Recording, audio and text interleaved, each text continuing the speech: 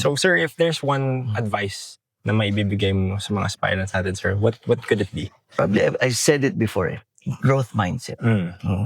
If you see things, even if you fail in something, this is not failure, this is a learning curve. That's growth mindset in a way. Keep it in mind.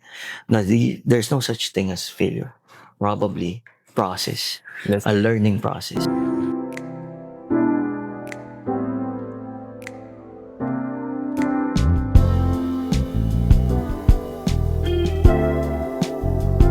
Hi guys, this is Hernando, young Filipino patriot, and again, we have the honor of being with Lieutenant Colonel Gene Paul Santos, the CEO of the Leadership Development Center. Sir, welcome back. As always, good morning. Good morning, sir. Sir, today, our topic will be for our aspirants, sir, to help them a little bit on how we can handle failure. Failure. This is gonna be unique for me. Like, off cam siguro kanina, I started thinking about failures. Ang realization is most of the time, I don't see it as a failure. One of the things that I read in a book, 13 weird things that work. Yung isa doon that caught my attention was, a traditional practice is you reward success, punish failure, and inaction. Yes, sir. Nowadays, what works is, this is in a leadership perspective, pero it works. Parang feeling ko it works in a lot of ways. As a personal.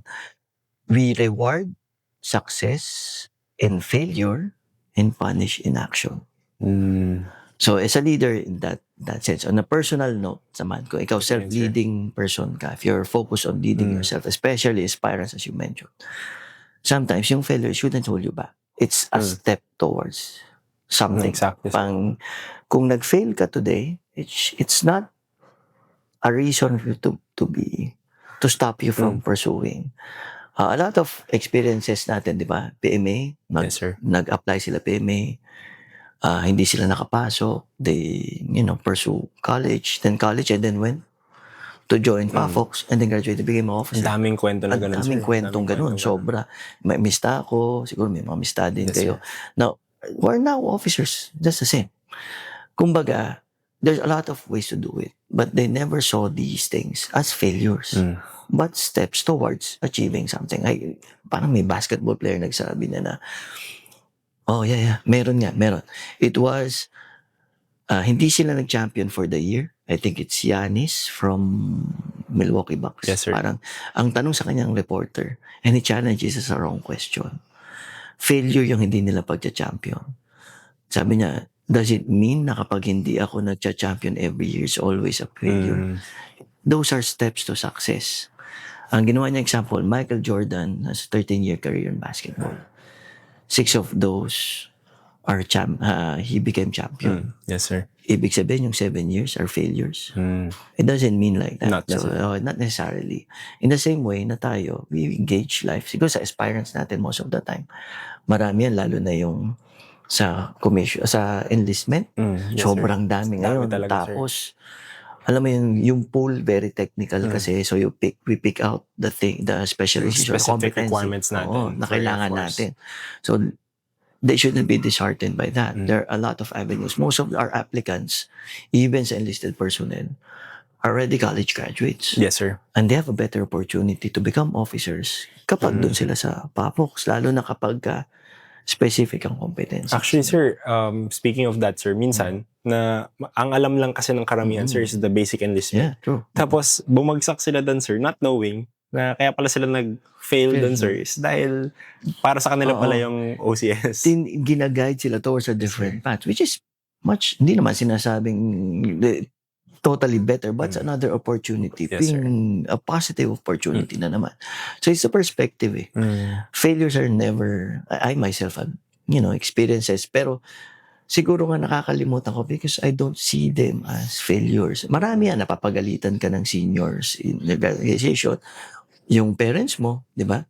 Definitely, you're not a perfect kid. Yes, sir. Meron kang most of the time, meron kang ginagawa, influence ang whoever, papagalitan ka. Pero those are not failures. Not even, some of them not even mistakes. Those are learning experiences. And you should concentrate in being aware na consciously these are learning experiences. Improve on it. If your parents said na mistake yan, and then why? Why is it a mistake? And you would soon realize, yeah, totoo, it's a mistake. You don't do it anymore. Or it may be a failure in somebody's eyes, pero no, I learned that I should study more on this. I should work on this. I failed PFTB during my application as a enlisted personnel or an officer candidate. And then the next turn, then why not, improve on passing the physical Actually, fitness? sir, maganda nga sir yung sinabi niyo sir na I want to dwell on the idea of mistakes. Maganda yun sir kasi there are times we fail not because we made a mistake, but because the circumstances just True. so happened na ganun. For example, sir, many of our aspirants, PMA sir, di ba sabi niyo nga sir during your time 20,000 plus sir, Oo. pero only 350 or 400 will 400, almost be 320. sir, makuha sir. There are times baka ikaw yung pang 600. Di ba? Di ba sir?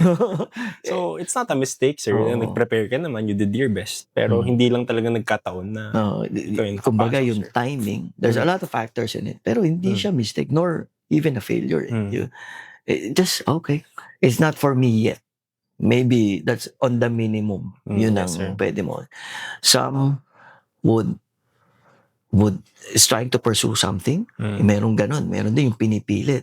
Tapos hindi siya binibigay. Like you said, there may be a different path for you. Baka naman, wag mo rin. Basta do the natural, process of doing it. Tapos baka they're presenting more opportunities na much better. Kumbaga, sir, at least, alam mo lang sa sarili mo, sir, na you did your all para matapos, para walang regret, sir. Especially yan, for those aspiring to become part of the Philippine Air Force. Another career here in the Air Force that we give prime traditionally is being a pilot. Yes, sir. Pero marami ng technical fields ang Air Force like cyber, yes, sir. yung missile systems manager, yung defense air domain awareness systems manager, command and control. Those are key positions as well. Very important Na talaga, very sir. important. Being a pilot is but a portion of that system lang. Kumbaga, driver ka na nga lang ng pilot ng aeroplane Yes, sir. if you make sense out And of it. that's coming from a senior pilot, very senior pilot. Diba, pag inisip mo, remember, parang pag inisip mo nga yung air traffic controllers, we call them weapons Yes, sir, controller. weapons controller, sir. Because who's the weapon? Yung pilot. Yes, sir. Who has more value? So technically, yung nagko-control. nagko-control ng weapon. Yeah. But I'm not giving but I putting a proper perspective. Or I'm not bringing him down. It's not, pero putting in a perspective na more positive na, okay, I didn't become a pilot for some, pero I became a logistics officer, which is very crucial. The primary weakness of most organizations is logistics. Pag hindi mo kaya i-sustain yung effort, and it's gonna be, a learning experience eventually. Yes, sir. Pero hopefully, hindi siya maging gano'n. So, I think yun nga, sir, going back, sir, yung mga failures that we experience, sir, these are all parang part and parcel, sir, of what we experience. And yun nga, sir, maybe we should be more accepting of our situation. Kasi, sir, it could be a lead up to something. Yeah. And I think, sir, it's just the openness and flexibility True. to go wherever, where could be the best for us. And sometimes nga, sir, dahil nga tunnel tayo, sir, I want to be this. Maybe ito yung para sa atin. Ito yung para sa iyo. Kaya nga, sir, I always encourage the aspirants, sir, na while they're young, try nila yung PMA, sir. Go tuloy-tuloy lang, sir. Mag-aral sila, mag-prepare sila, magpalakas sila. And hanggang mag-overage sila sa PMA. If hindi talaga sa kanila, sir, for PMA, they can try for basic enlistment or they can try for the OCS. But yung preparation and effort na binigay nila, sir, for preparing for PMA, it won't be for nothing, sir. Imagine, lumakas ka na, sir, tumalino ka na, sir. And madadala mo yun, sir. And even if you don't pass the OCS, sir, even if you don't get into enlistment, sir, yung mga na-experience mo all throughout that journey, I'm sure, sir, dadalhin mo yun, sir, whatever industry you'll be in outside. Yung remember one of our conversations, yung growth mindset. You stick to it. Yes, sir. And then the outcome will surely, will come your way. Hindi, naalala ko na naman yung do it, do you. ano to, do what you need to do it properly, good things will follow. Somebody, another great general na naman siya. Naging inspiration mo siya. Hindi mo siya kailangan i-pursue. Not necessarily pursue, I don't think that's the right word, pero just do your thing, gawin mo yung tama, and good things will follow. Yun na yun. Sir. It may be not necessarily, it won't go your way now, but it will go the other, Yes, sir. on a better path for you eventually. I think, sir, I also like that, sir. Kasi yung parang nakikita ko dun, sir, is in failures or in times na we don't achieve what we want, sir, maybe another perspective could be not focusing on the outcome, but focusing on the process, that happened, the good things that happened during the process, which is yung improvement sa sarili mo, sir. Kasi as we go towards our goal, we strive to grow para makuha natin yun. We level up para makuha mo yung gusto, yung kailangan, sir. But remember, yun pala, for aspirants as well, di ba, PMA, you tried, and then somehow you didn't go, it wasn't for you. Tried OCS, it wasn't for you as well. There's still another aspect of through the reserve force. Yes, sir. Our probationary officer training course. And also our reserve. Our reservist. Diba? Both, sir. If you're really into like serving the country through the military, the Philippine Air Force, ito yung mga opportunities. So these are not failures. This is a process. For some, there are a lot. Meron akong contemporary na 2004 na call to active duty, pero original class 94 siya if I'm not mistaken. Yes. Pero 2004 siya na naging officer. Yes, sir. So he went through that process. He retired peacefully. One of the heroes of the military organization. Very fulfilled. Very fulfilled siya. He's doing well right now. Retired na rin, living his life. Happy to serve, happy to have served the Air Force. Yun yung mga, people na we can learn from. Siguro yun, sa aspirants, don't be discouraged. Look at it as opportunity, different opportunities being presented, and definitely one has an advantage, others have its disadvantages. Pero the outcome, hopefully, is in your. I think, sir, as everything does, may pros and cons naman. May pros and cons naman talaga. Kaya ano rin, sir, regardless of where we go, I guess what matters, sir, is how we make the best out of it. Yep. So, sir, if there's one advice na maibibigay mo sa mga aspirants natin, sir, what could it be? Probably, I said it before, growth mindset. If you see things, even if you fail in something, this is not failure, this is a learning curve. That's growth mindset in a way. I didn't complete this because I wasn't ready for it. So I have to make sure that the next time I do this, I'll be ready for it. Growth mindset. So everything, wala ka nakikita. Siguro that was the awkward question you asked me, what failure? Parang in as much as hindi naman nagyayabang. Pero I see things like, okay, meron ako nakikita rin na I consider siguro, for some would consider as failure.